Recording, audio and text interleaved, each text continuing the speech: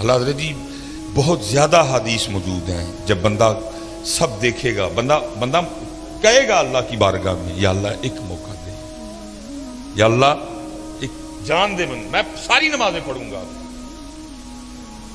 میں تیرا ذکر کروں گا، تیرے سونے محبوب پہ درود، یا اللہ ایک بھیج مجھے واپس۔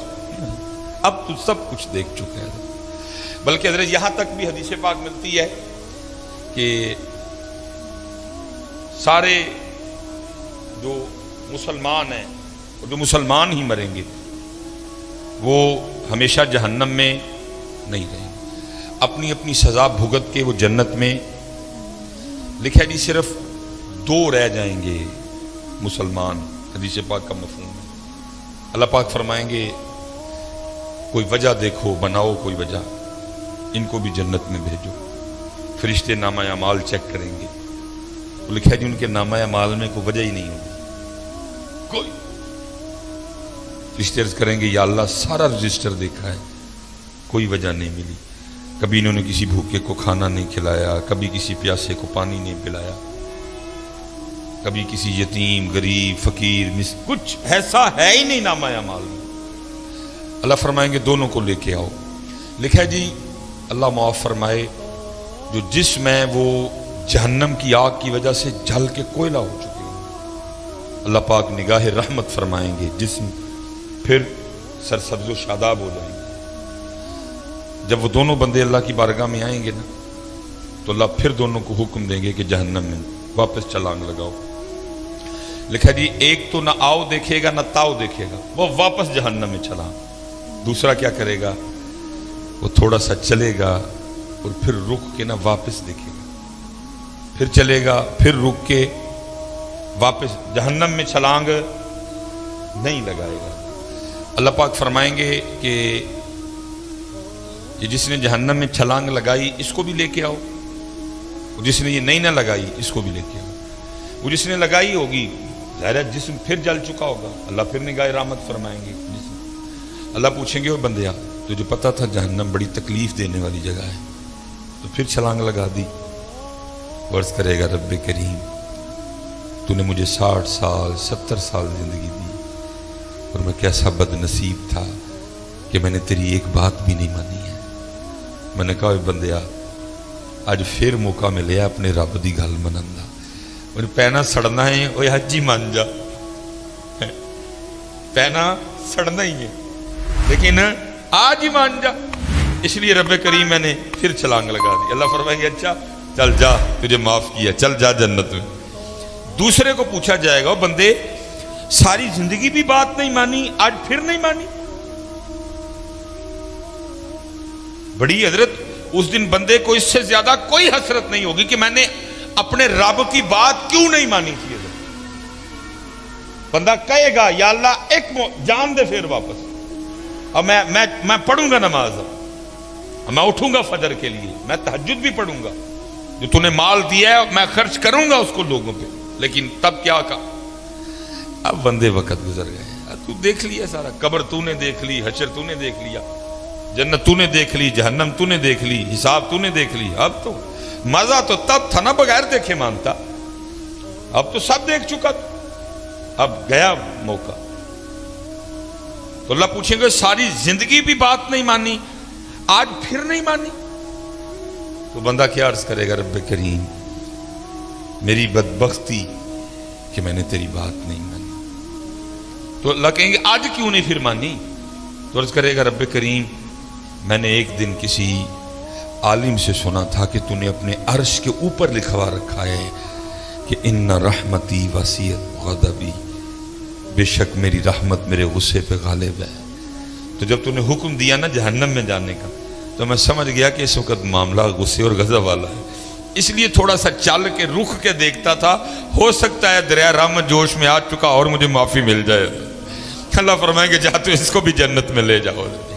اس دن اس سے زیادہ بندے کو کوئی حسرت نہیں ہوگی کہ میں نے اپنے اللہ کی بات کیوں نہیں مانی تھی، میں نے کیوں نماز نہیں پڑھی تھی، میں نے کیوں ذکر نہیں کیا تھا۔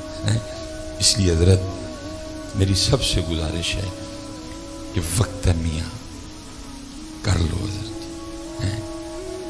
کر لو آج اپنے معاملے پورے حضرت، अल्लाह की कसम है, क्योंकि सुना के आपको तो कुछ हो ना हो, पर मुझे बड़ा कुछ हो जाता ना, फिर खाने को दिल करता है। वेखते पे ना एडे मशहूर मौलवी दियां बावां एडियां माड़ियां होनी चाहिए, आप तो फिर मुझ पे तारी हो जाता है, खाने को दिल नहीं करता।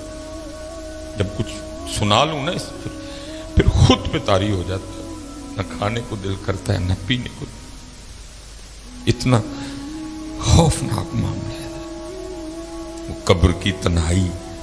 मैं उस दिन, एक बड़ा प्यार वाला बच्चा है तो उसके वालिद इंतकाल कर, मैं उसकी दिलजोई के लिए गया तो वो कब्र में ना कीड़े बड़े थे, उसने वो मारने शुरू कर। मैंने उसको कहा, मैंने कहा पुत्रा ना मार, रब दी मखलूक है। लेकिन वो बाप की मोहब्बत थी वो, तो उसको तो मैंने नहीं कहा, लेकिन मैंने कहा फिर मार ला, किन्ने को मारेंगे। तन्हाई, अंधेरा, कीड़े, क्या क्या कोई है किसी को फिक्र, कोई है तवज्जो वगैरह है, कोई है ध्यान किसी को? इसी को सजा रहे हैं जी, इसी पे पौं के जी ए टैला ला दियो, रंग नहीं सोना, ए वालियां ला दियो। हुण 2 साल हो गए ने जी, हुण भी ला दियो जी, ए वालियां। ठीक है भाई, अल्लाह ने अगर तुझे दिया है तो तेरी मर्जी है, लगा। लेकिन मेरी गुजारिश इतनी है भाई, जिधर कितना तू रह लेगा, इधर कितना, आखिर कितना रह लेगा। मैंने आगे कहा ना जी, मैं आपके लिए 200 साल उम्र का दुआ गो, सेहत वाली, लेकिन भाई 200 साल बाद भी जाना। तकलीफ ये है कि भाई जिसको छोड़ना है, मानते हो छोड़ना है, छोड़ के जा रहे हैं। मुरीद हुसैन साहब चले गए, मेरे वाले साहब चले गए, मेरी वालदा साहबा चली गई, हकीम साहब चले गए, हकीम खादम अली साहब चले गए, हाफिज मोहम्मद आलम रहमतुल्लाहि तआला अलैह चले गए। कितनी देर हजरत ये तू टैलों में रह लेगा? कितनी देर मियाँ तू इस गद्दे पे सो लेगा? कितनी देर तू इस बेड पे सो लेगा? तूने ये गद्दा भी छोड़ना है, तूने ये बेड भी छोड़ना है, तूने ये टैलें भी छोड़नी है, तूने ये डाइनिंग टेबल भी छोड़ना है, तूने ये मोहल्ला भी छोड़ना है, तूने ये गांव भी छोड़ना है, तूने ये पिंड भी छोड़ना है, और तूने जाना है मियाँ, तूने जाना है। दुख सिर्फ ये है, ठीक है भाई बनाओ करो, तो ये मेरा घर भी सब कुछ है, टैलें भी लगी हैं, सोफे भी हैं, सब कुछ है हजरत, लेकिन अल्लाह का शुक्र है मेरी आज फजर की गैर हाजिरी नहीं, अल्हम्दुलिल्लाह। मेरी कल इशा की गैर हाजिरी नहीं है, मेरी कल मगरिब की गैर हाजिरी नहीं। ये टैले तब काम खराब करेंगी जब साथ गैर हाजिरियां लगेंगी, क्योंकि जो आगे वाला घर है ना, इसको नमाज में सोना करना, उधर कोई रोशनी नहीं होगी, उधर कोई वापडा, कोई मीटर, कोई दीवा, कोई लालटेनी, कब्र की रोशनी इधर से लेके जानी है।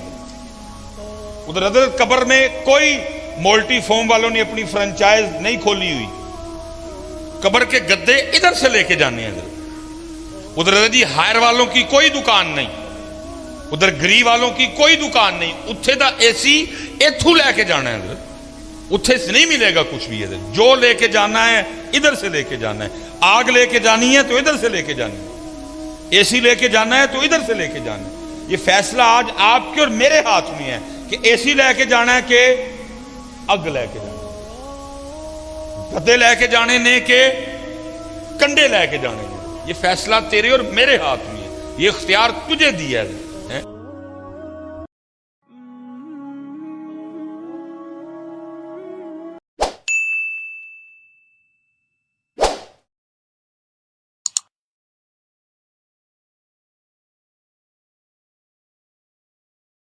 तो हज़रत अब्दुल्लाह इब्ने मसूद से कहने लगे रदी अल्लाह, कर्जा बड़ा चढ़ गया, फरमाने लगे तुम्हें वो दुआ ना सिखाऊं जो हमें नबी पाक ने सिखाई है।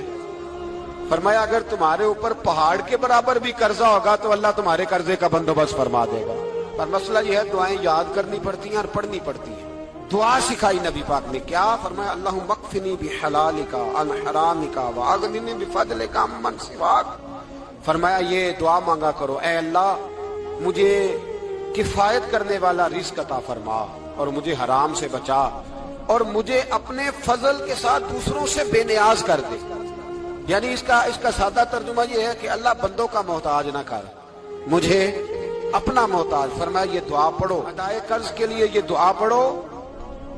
अल्लाह तबारक व तआला पहाड़ के बराबर भी कर्जा होगा तो तुम्हें अल्लाह उससे निजात